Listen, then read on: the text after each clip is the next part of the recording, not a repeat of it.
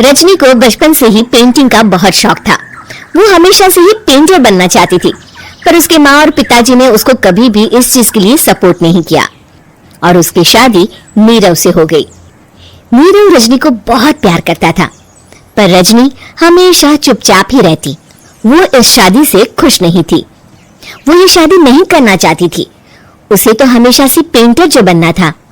अपने इस सपने को वो नहीं पूरा कर पाई, इसलिए वो हमेशा उदास रहती थी। रजनी, बहुत ही बढ़िया फिल्म लगी है, कल देखने चले?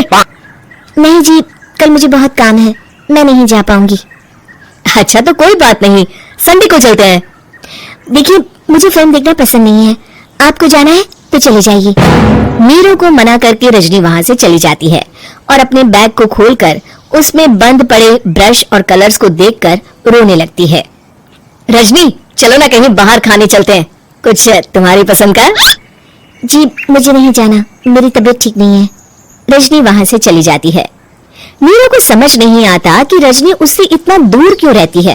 वो जब भी उसके साथ वक्त बिताना चाहता है, रजनी कोई ना कोई बहाना बना देती है। एक दिन घर पर कोई नहीं था। रजनी घर का सारा काम जल्दी से खत्म कर लेती है। घर पर अकेले होने के कारण वो सोचती है कि वो आज पेंटिंग करेगी। वो अपने कमरे में जाकर पेंट ब्रशेस और कलर्स निकालकर जैसे ही कलर मिक्स कर रही होती है कि दरवाजे पर बेल बज जाती है। अब कौन आ गया इस वक्त? इतनी मुश्किल से तो मुझे पेंट करने का मौका मिला है। रजनी दरवाजा खोलती है तो उसकी सास अपनी सहेलियों के साथ खड़ी होती है और सब घर के अंदर आ जाते हैं। अरे बहू, सबको शरबत बनाकर पिला दे, बाहर तो बड़ी गर्मी है। जी। रजनी पेंट ना कर पाने से उदास हो जाती है। उसे गुस्सा भी आ रहा होता है कि उसने इस शादी के लिए हाँ क्यों कह दी। वो रसोई में जा रही होती है कि उसकी सास उसे रोकती है। बहू, सबके खाने का भी इंतजाम कर लेना, आज का लंच तो ये सब यही करेगी। हाँ। रजनी बिना कुछ कहे रसोई में चली जाती है। सबके लिए खाना बनाती है। सब खाना खाते हैं और रजनी घड़ी देखती है कि ये सब कब जाएंगे ताकि वो अपनी पेंटिंग कर सके। जब शाम होती है तब सब चले जाते हैं अपने घर। अरे बहू, सब तेरे खाने की तो बहुत तारीफ कर रहे थे, सबको बहुत अच्छा लगा खाना। आपको मुझे सुबह बताना चाहिए था ना कि आपकी सहेली आ रही है।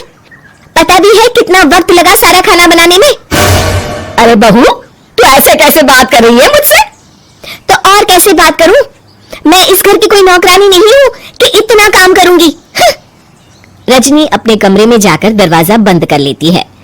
शाम को जब नीरव आता है तो उसकी माँ उसे पूरी घटना के बारे में बताती है। क्या? रजनी ने आपसे इस तरह बात की माँ? हाँ, और पता नहीं उसे क्या हो गया है, शाम से बाहर भी नहीं आई है। मैंने तो कई बार आवाज दी, खाना भी नहीं खाया उसने। तू ही बात करके देख ले बेटा। नीरव अपने कमरे का दरवाजा खटखटाता है। रजनी, दरवाजा खोलो, मैं हूँ।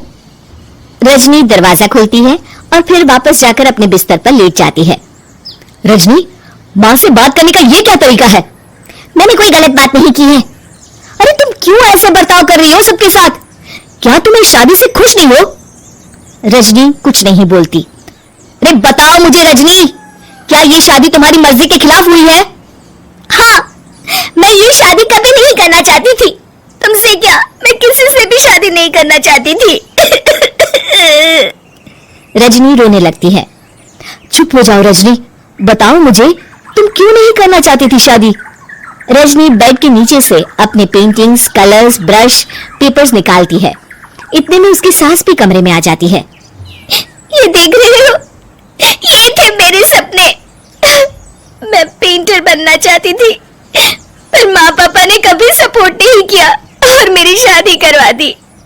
मेरे सारे सपने टूट गए। हर वक्त बस गुस्सा आता रहता है मुझे। मैं जानती हूँ कि आप लोगों की इसमें कोई गलती नहीं है। मैं क्या करूँ, मुझे समझ में नहीं आता।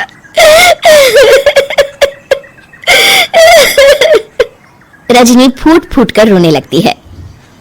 मुझे माफ कर दीजिए, आप दोनों के साथ मैं बहुत बुरा बर्ताव कर रही हूँ। अरे रजनी बेटा, चुप हो जाओ तुम। नीरव पानी लेकर आता है। ये लो पानी पियो और शांत हो जाओ। रजनी पानी पीती है और उसकी सास पेंटिंग्स देख रही होती है।